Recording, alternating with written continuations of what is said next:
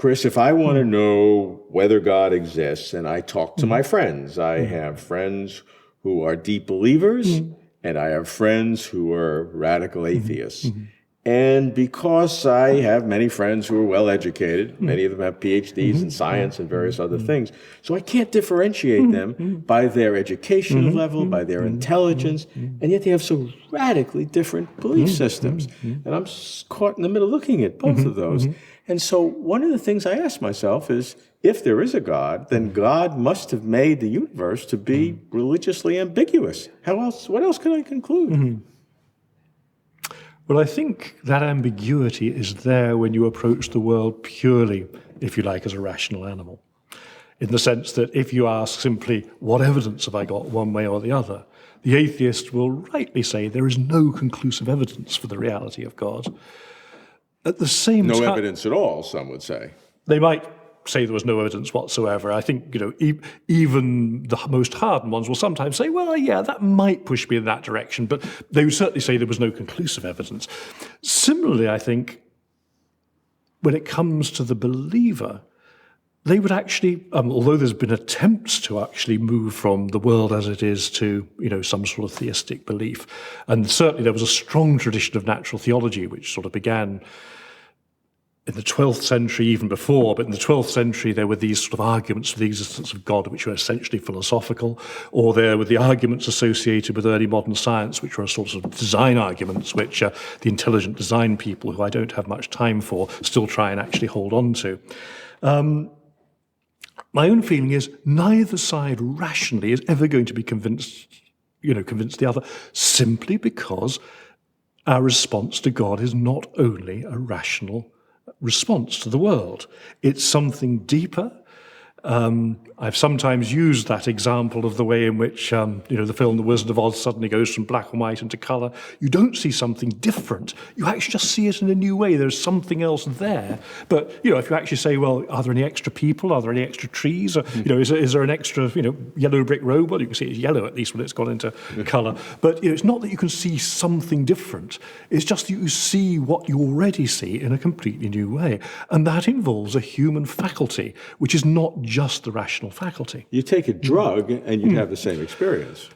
Sure. And the interesting thing about that is that clearly part of the process, if you like, of seeing the world in a new way, which is religious, is to do with brain function. Again, you see, I'm not one of these people who simply wants to say it's God supernaturally just coming in and acting on you.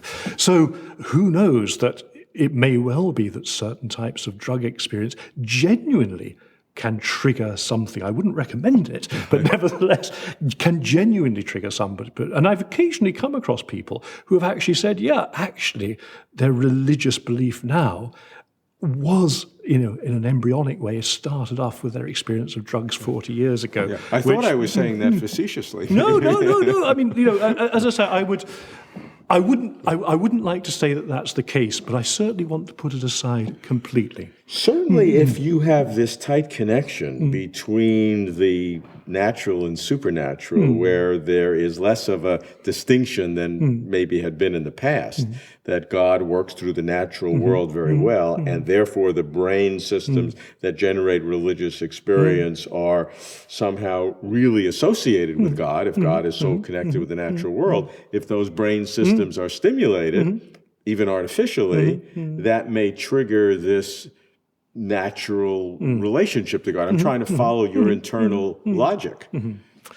Well, the internal logic is partly related to that understanding which is sometimes expressed in terms of the right brain versus the left brain, sometimes expressed in terms of the conscious and rational versus the unconscious.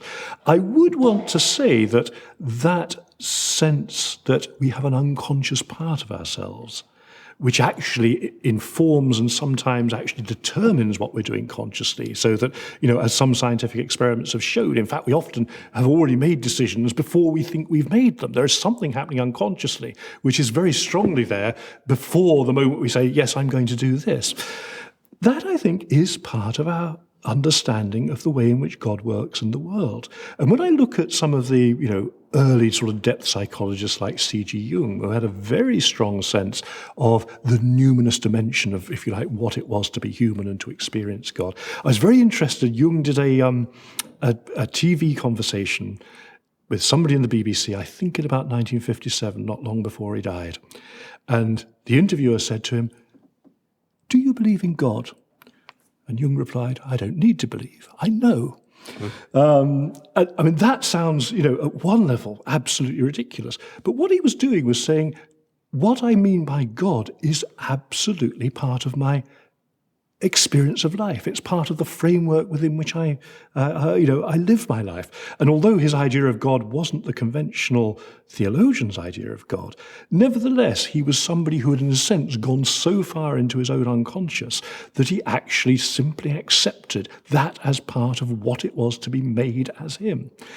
But that God in that conversation and the God that you represent between naturalism and supernaturalism and this merging, is that God even in the same ballpark as the traditional, personal, Judeo-Christian God that most people talk about? It seems radically different, almost using the same generic term to describe anything that sort of makes you feel good about some transcendent reality. Sure. But that's the important thing, I think, that it's the recognition or, the sense that eternal reality is the ultimate reality, and that anything else we experience is simply a sort of manifestation of that. And that is something which people who have that sort of religious belief or experience, for them, this is absolutely central.